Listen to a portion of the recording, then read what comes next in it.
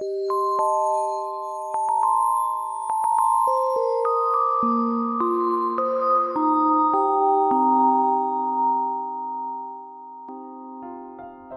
today we are going to the next talk in the series, Yes I Can.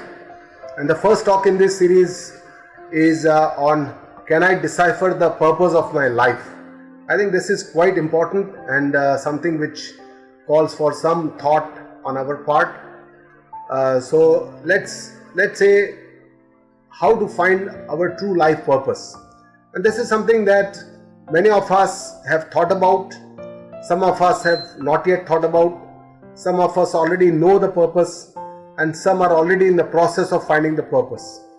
But finding a purpose, a higher purpose in life, is actually very essential because it can guide us to taking proper life decisions in our day-to-day life.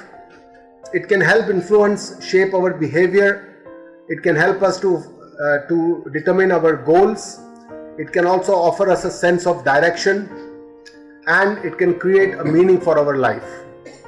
And this is called an inspiration or our calling from within. It is completely unique for everyone. We all have to look for our own calling. We can't depend on somebody else's purpose of life. We can have some role models, but then we have to find out what gives us the best joy, or what is it that we constantly yearn for. And quite often it happens that it is not clear, but somehow it appears along the way of life. Sometimes you don't need to look for it; it just appears.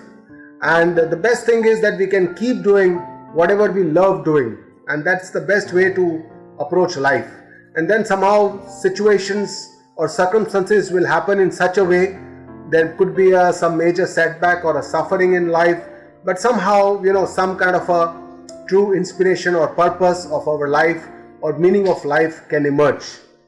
At this point, I would like to differentiate between passion and purpose of life. Now, passion can be for several things in life. You can have passion for your profession. You can have passion for a lot of your hobbies.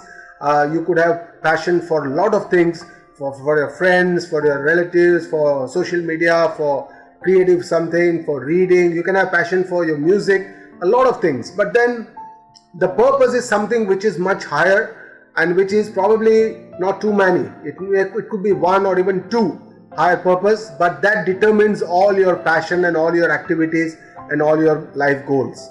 So essentially, purpose is much higher than the passion. We should not confuse our passion with the purpose. So purpose with meaning channelizes all our energy to our ultimate goal. And there is this very beautiful book that I read many years ago by Viktor Frankl. It says Man's Search for Meaning. He was an Austrian psychologist, and he evaluated a lot of people who were who could survive the Nazi concentration camps, and then he looked at what are the reasons why they could survive this intense pressure of life in the most adverse circumstances ever on the human planet.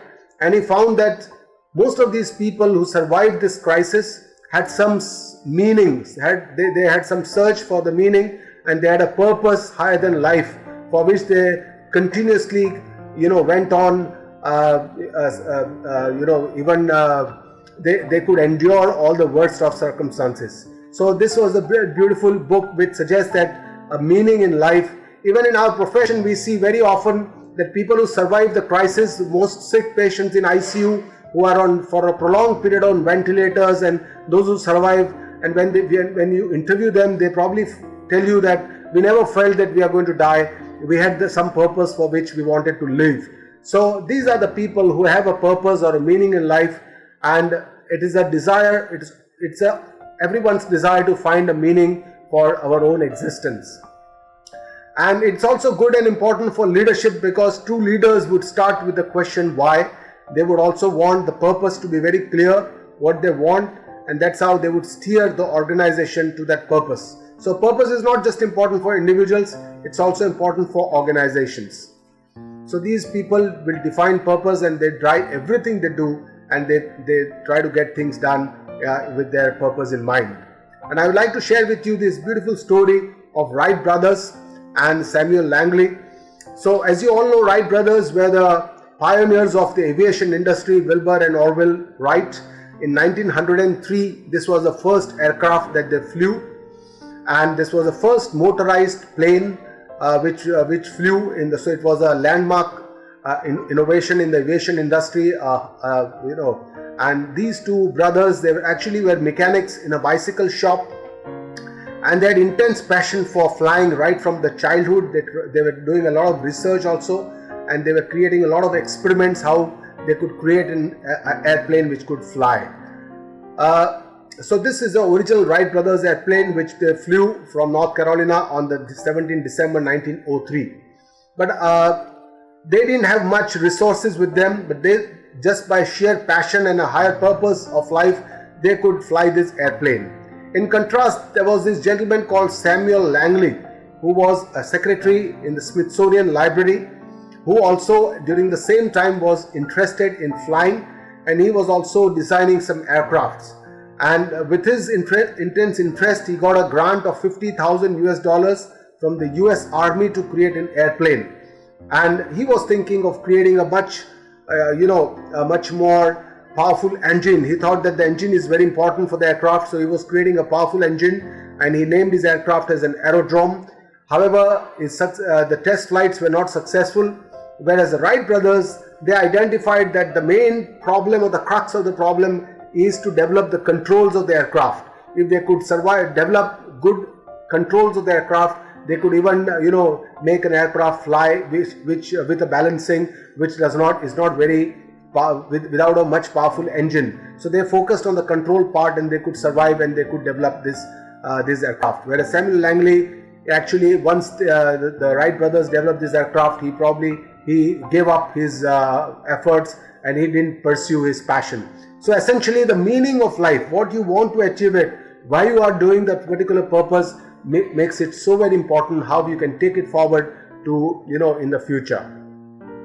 So what matters in the end, there is this beautiful book by 7 Habits of Highly Effective People by Stephen Covey. It says you can write your own obituary and see what people talk about it when you are not there, and that is something that matters the most for you, and that's what can be your true purpose or true inspiration of life. And it is said that you can act in life in such a way that there are no regrets at the end of the life, with a clear purpose. And this ensures, if there is a clear purpose in our mind, this ensures that the small things does not bother us and they don't rule our mind. So that we can focus on much more powerful goal and much more enlightening vision. But sometimes, as I said, during a journey, the purpose emerges. In this book called Happy Life by Martin Seligman, he said there can be 3 types of life. One is a pleasant life, which most of us live with all the comforts. There could be a good life where you utilize and identify all your strengths and try to improve upon yourself.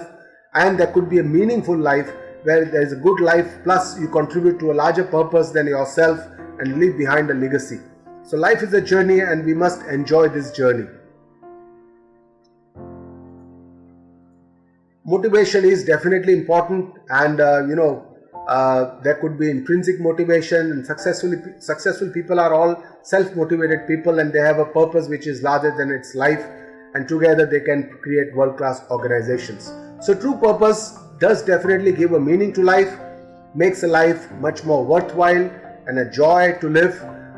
You do some contribution to the society at large apart from living a life, and you leave a legacy behind. So that's something that we all should look for. What is our higher purpose in life?